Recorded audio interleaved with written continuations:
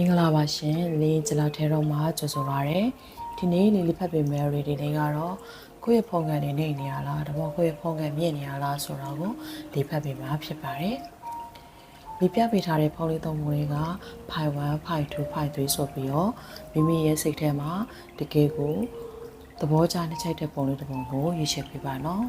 ်အရင်ဆုံးပုံလေးရွေးချယ်ခဲ့မှာကိုယ့်ရဲ့ energy ကိုအရင်ဆုံး crazy လုပ်ပါကိုယ့်ရဲ့ energy crazy လုပ်ပြီးတော့ပြီဆိုလို့ရှိရင်တော့ဒီပုံလေးသုံးပုံလေးကတစ်ပုံကိုကိုကြိုက်နေတဲ့ရာရွေးချယ်ပေးပါရှင်လေဖက်ပေ memory တွေကတော့ကိုယ့်ရဲ့ပုံကန်တွေကနှိမ့်နေရလားတဘောမြင့်နေရလားဆိုတာကိုလေဖက်ပေမှာဖြစ်ပါတယ်ဒီနဲ့တိုက်ရိုက်မေးချင်တယ်ဆိုရှင်တော့ Viber Telegram ဒါမှမဟုတ်ရင် Page Messenger နေပြီးတော့လာရောက်မေးမြန်းလို့ရပါတယ် Viber Telegram ရဲ့ဖုန်းနံပါတ်ကတော့3994232941ကိုလာရောက်မေးမြန်းလို့ရပါတယ်ရှင်ဒီနေ့ဒီဖက်ပေမှာရီဒီနေ့ကတော့ကိုယ့်ရဲ့ဖုန်းကန်တွေကနှိမ့်နေရလားမြင့်နေရလားဆိုတာကိုဒီဖက်ပေမှာဖြစ်ပါတယ်โอเคလီးပြပေးထားတဲ့ဖိုင်လေးသုံးပုံနဲ့ကနေကိုရွေးချယ်လို့ပြသွားပြီဆိုလို့ရှင်တော့လီကဖြည့်လေးပြောပြတော့မယ်နော်မင်္ဂလာပါရှင်ဒါလေးကတော့ဖိုင်ဝမ်သမားလေးတွေဖြစ်ပါတယ်ဖိုင်ဝမ်သမားလေးတွေကလက်ရှိအနေထားမှာပေါ့နော်ကိုယ့်ရဲ့ဖုန်းကန်တွေကနှိမ့်နေရလားမြင့်နေရလားဆိုတာကိုလီပြောပြမှာဖြစ်ပါတယ်တို့ဒီမှာလီမြင်တော့ဒီဖိုင်ဝမ်သမားလေးတွေရဲ့လက်ရှိကန်တရားပေါ့နော်နှိမ့်လည်းမနှိမ့်သလိုမြင့်လည်းမမြင့်ဘူးအလဲလဲတန်းစားပုံစံမျိုးကိုတွေ့ရတယ်ကိုယ့်ရဲ့ဖုန်းကနေမြင့်ဖို့အတွက်ကကိုယ့်ဘက်ကနေပြီးတော့ကိုယ့်ရဲ့စိတ်တွေကိုယ့်ရဲ့ဒီလက်ရှိဖြစ်နေတဲ့အရာတွေအားလုံးကိုကိုယ်ကရှော့ချပေးရမယ်ကိုယ့်ရဲ့စိတ်လေးတွေကြည်လည်နေမှာကိုယ့်ရဲ့စိတ်လေးလန်းနေမှာငွေရောအလောက်ကံရောအဆင်ပြေရဆိုတဲ့အနေထားကိုတွေ့ရတယ်လက်ရှိမှာစိတ်မပျော်ရွှင်တာမျိုးတွေစိတ်မကြည်တာမျိုးတွေတူဆိုရင်ထိခိုက်မခံတာမျိုးတွေဖြစ်နေတတ်တယ်ပေါ့နော်ဒါကလည်းကိုယ့်ရဲ့ဒီကံတရားလေးကိုနည်းနည်းလေးဖုံးကွယ်စေလို့ဒီတွေ့ရတယ်ပေါ့နော်ကံလန်းနေမပွင့်သလိုကိုယ်ဖုံးကန်နေလည်းမမြင့်နေဘူးဆိုပုံစံမျိုးတွေ့ရဒါကလည်းကိုယ့်ရဲ့စိတ်တွေကမေးမိန်နေရမျိုးကိုယ့်ရဲ့စိတ်တွေ energy ကျဆင်းနေရမျိုးတွေအကြောင်းဒီလိုမျိုးလေးဖြစ်နေရလို့ဒီတွေ့ရတယ်ပေါ့နော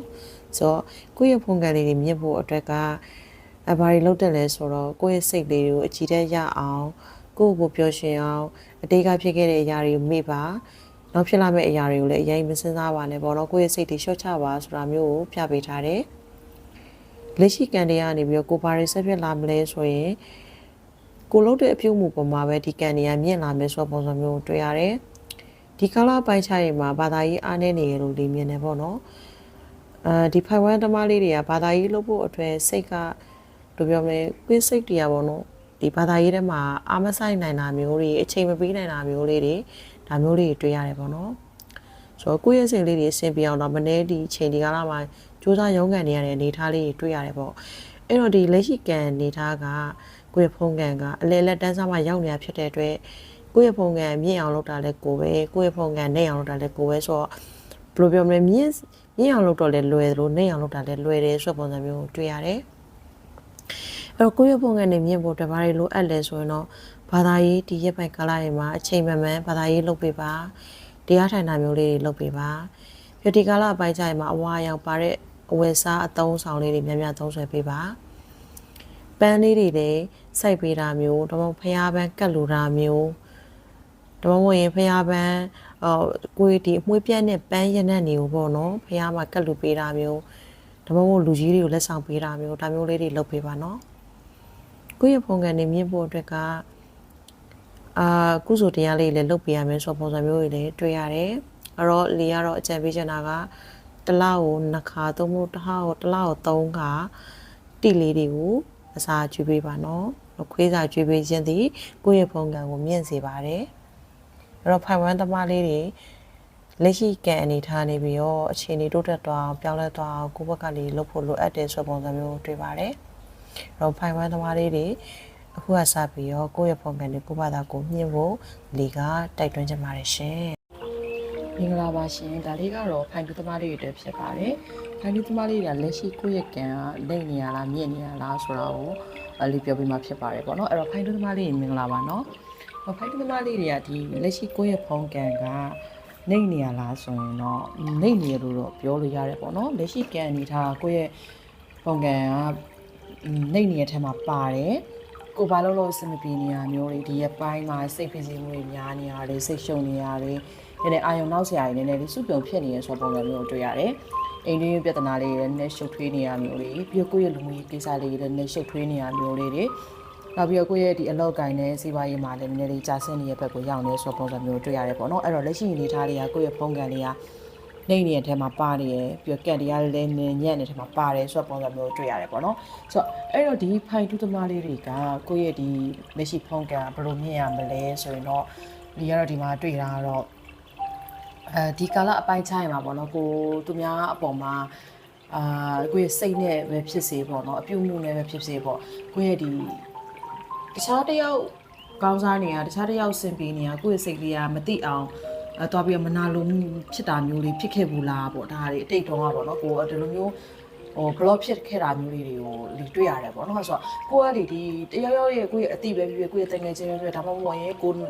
Facebook မှာပဲဒီ social media မှာပဲကိုတွေ့ခဲ့တဲ့သူပေါ့နော်အဲ့လူတယောက်ကအဆင်ပြေနေရကောင်းကားနေတယ်ဒီလိုပုံစံမျိုးကိုတွေ့တဲ့အခါမျိုးမှာကိုယ့်ရဲ့စိတ်ကနည်းနည်းလေးဘယ်လိုပြောမလဲ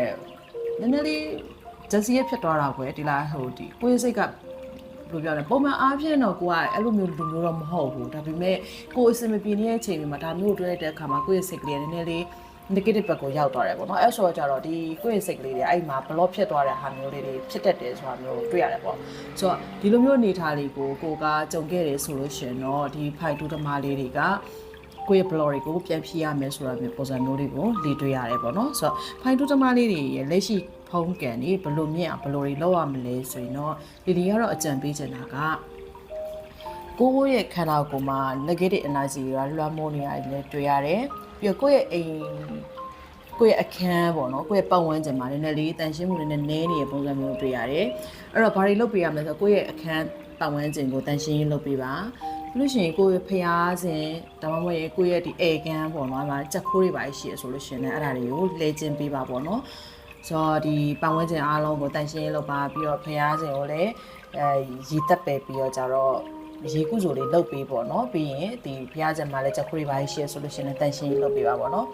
်နောက်ပြီးတော့ကိုယ့်ကိုယ်လည်းအကြည့်တဲ့ရအောင်နေပါဆိုတာမျိုးကိုပြထားတယ်ပေါ့ကိုဒီရက်ပိုင်းကာလမှာတော်တော်လေးကြားခဲ့ပြီးခီးမထွက်တာလေးပေါ့နော်အဲ့တော့ကိုယ့်ရဲ့ဒီခီးမထွက်တဲ့ဟာလေးစိတ်ကြည့်တယ်လေးလည်းနည်းနည်းယော့နေရလေးဖြစ်တယ်ပေါ့နော်အဲ့တော့ကိုယ့်ရဲ့ဒီဖြစ်နေတဲ့အရာကိုခဏလေးလွတ်ချပြီးတော့ကိုခီးကိုထွက်တိုးပဲဖြစ်ဖြစ်အရှိပဲဖြစ်ဖြစ်ပေါ့နော်ကိုသွားခြင်းတဲ့နေရာလေးကို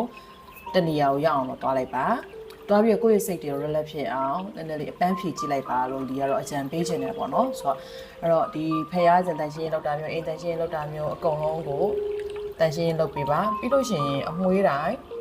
အတိုင်20ပေါ့နော်အတိုင်20ဆိုရင်တော်တော်လေးကိုအနက်မှွန့်ထူနေလိမ့်မယ်အဲ့တော့ကိုအနက်ခံနိုင်တယ်ဆိုလို့ရှိရင်တော့အတိုင်20ကိုပလင်းထဲမှာထည့်ပြီးတော့ကြတော့မီးနဲ့တပြိုင်တည်းညှိပြီးတော့ကြတော့ဒီအခန်းထဲမှာပေါ့နော်ဒီ negative energy တွေထွက်ဆိုပြီးတော့ကြတော့ကိုကထွန်းပေးထားပေါ့နော်အဲ့ဒါလေးတနေရာမှာထွန်းပေးထားပေါ့ထွန်းတဲ့အချိန်မှာတော့တကားပေါက်တွေကုန်းလာထားလိုက်တော့အသက်ရှူလေးနည်းနည်းကြက်မှာဆိုလို့ပေါ့အဲ့ဒါကတော့ဒီကိုယ့်ရဲ့အခန်းထဲမှာရှိနေတဲ့ negative energy တွေကိုကိုပြန်ပြီးတော့တန့်စင်ပေးလိုက်တဲ့ပုံစံမျိုးပေါ့နော်အဲ့ဆိုကြတော့ဒီရက်ပိုင်းကာလမှာဘာသာရေးလေးဖိလုပ်ပေးပါဖိုင်တူးသမားလေးတွေကကန်ရက်တဲ့ဘက်မှာပါနေရဖြစ်တဲ့အတွက်ဒီကန်ကိုကမညစ်ဘူးဆိုလို့ရှိရင်ကိုယ့်ရဲ့ကန်နဲ့ဒီချက်စိုးနိုင်တဲ့ခြေအနေလေးရှိနေရမလို့ပေါ့နော်ဒီကတော့အကြံပေးချင်တာကိုယ့်ရဲ့ဖုန်းကန်နဲ့ကိုယ့်ရဲ့ကန်ညစ်ဖို့အတွက်ကိုလီပြောတဲ့ဟာလေးတွေကိုလုပ်ပေးပါလို့တော့ဒီကကြံပေးချင်ပါတယ်အဲ့တော့ကိုယ့်ရဲ့ပုံကန်လေးတွေမြင်လာပြီလို့ရှိရင်ပြန်ပြီးတော့အဆင်ပြေလာနိုင်နေမယ်ကိုယ့်ရဲ့ဒီအလောက်ကန်ကြီးကိုယ့်ရဲ့လူမှုရေးတွေစီးပွားရေးငွေကြေးအားလုံးပေါ့နော်ကိုမိသားစုပြဿနာတွေအားလုံးပြီးသွားလိမ့်မယ်ဒါကိုယ့်ရဲ့ကန်တရားနဲ့လည်းဆိုင်နေဆိုတဲ့ပုံစံမျိုးကိုလည်းဒီတွေ့ရပါတယ်ရှင်မင်္ဂလာပါရှင်ဒါလေးကတော့ဖိုင်တီသမားလေးတွေဖြစ်ပါတယ်ဖိုင်တီသမားလေးတွေကလက်ရှိကန်ကကိုယ့်ရဲ့ကန်ဖုန်းကန်နေနေရလားမြင့်နေရလားဆိုတော့ဒီမှာလေးတွေ့ရတော့ဖုန်းကန်မြင့်နေတဲ့အထက်မှာပါတယ်ပေါ့နော်ဆိုတော့လေဘာလို့အဆင်ပြေနေရဘယ်အရာပဲဖြစ်အကုန်လုံးအဆင်ပြေနေထားမှတွေ့ရတယ်လူမျိုးစီးပွားရေးငွေကြေးပေါ့နော်အလုပ်အကိုင်ချေအလုံးအဆင်ပြေနေရဆိုပုံစံမျိုးတွေ့ရတယ်ဒါပေမဲ့ကိုယ့်ရဲ့စိတ်လေးကနည်းနည်းလေးဘဝမြင့်ကျင်တဲ့စိတ်လေးကမှပါနေရလို့တွေ့ရတယ်ပေါ့နော်ကိုဒီလိုမျိုးအဆင်ပြေနေတဲ့အနေထားမှာကိုယ့်ရဲ့စိတ်ကလေးလည်းနည်းနည်းလေးဘဝမြင့်ကျင်တာငါရှာနေနေငါသုံးနိုင်နေငါတစ်လောက်ဘယ်လောက်ရတယ်ဆိုတဲ့အနေထားလေးတွေကိုယ့်ကိုယ်လည်းနည်းနည်းဘဝမြင့်ကျင်တာလေးတွေ့ရတယ်ပေါ့နော်ဆိုတော့အဲ့တော့ကိုယ့်ကိုယ်ထိန်းပါလို့လည်းပြောချင်တယ်လက်ရှိကန်တရားတွေကကိုမြင့်နေတဲ့ပိုင်းခြားတွေကကိုယ့်ရဲ့ဒီအတိတ်ကန်တွေကပြန်ပြီးတော့ရောင်ပြန်ဟက်လာတဲ့ပုံစံမျိုးပေါ့နော်ကိုအတိတ်တော့ကိုရဲ့ဘယ်လိုပြောမလဲအတိတ်ဘဝတော့ကကိုလုပ်ခဲ့တဲ့ကုစုကန်တွေကဒီအချိန်ကာလတွေမှာဘယ်လိုလဲရောင်ပြန်ပြီးတော့ဟက်နေတဲ့ပုံစံမျိုးအဲ့ဒါကြောင့်မလို့လဲအဆင်ပြေနေတယ်စားရအဆင်ပြေတယ်ငွေကြီးလက်လာပါပွက်လန်းတယ်အဲ့ဒါအမျိုးလေးတွေတွေ့ရတယ်ပေါ့နော်အဲ့တော့ ဒီလိုကိုလက်လာပါပေါ်လန်းနေတဲ့အချိန်မှာကိုယ့်ရဲ့ဖုန်းကန်နေမြင့်နေတဲ့အချိန်မှာကိုအစားစားရရအဆင်ပြေနေတဲ့အချိန်မှာကိုယ့်ရဲ့ဒီဖုန်းကန်နေမနှိမ့်သွားအောင်ကိုဘာတွေစင်ကြင်ပေးရမလဲဆိုတော့ကိုယ့်ရဲ့နှိမ့်နေတဲ့သူတွေကိုယ့်ရဲ့အဆင်မပြေနေတဲ့သူတွေကိုကိုညီပါဖေးမပါစကားပြောရင်ကိုယ့်ရဲ့အတွေးတွေအမြင်တွေပေါ့နော်ကိုယ့်ရဲ့အပြောဆွေတွေကအထက်စီးမဆန်ပါနဲ့စကားပြောတဲ့အခါမှာသူများဟိုပေါ့နှိမ့်ကြတာမျိုးတွေနှိမ့်ချတာမျိုးတွေဒါမျိုးတွေမလုပ်ပါနဲ့ကိုယ့်ကိုယ်စင်ကြင်ပေးပါလို့တော့လေးရကြံပေးခြင်းနဲ့အဲ့တော့ဒီဖုန်းကလည်းဘယ်လောက်ထိတောင်မြင့်သွားမလဲဆိုတော့လေ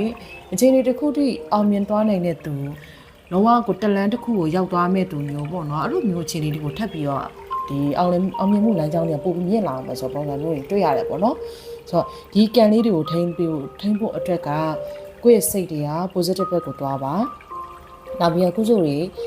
ပို့လုပ်ပေးပါပေါ့နော်အဲ့တော့ဘာလို့ကုစုမျိုးကိုလုပ်ပေးရမလဲဆိုရင်တော့ကိုယ့်ရဲ့ဖုန်းကန်နေမြင့်ဖို့အတွက်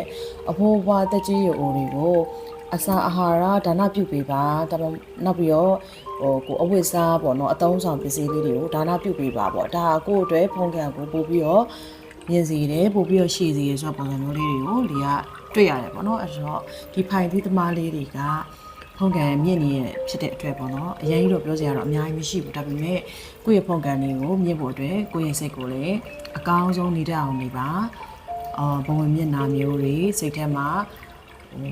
သူများကိုအဲ့လိုမျိုးအထင်သေးတာမျိုးတွေအဲ့ဒါမျိုးလေးတွေကိုသတိထားပေးပါဂရုစိုက်ပေးပါလို့တော့လေ့ကြံပေးချင်ပါတယ်ရှင်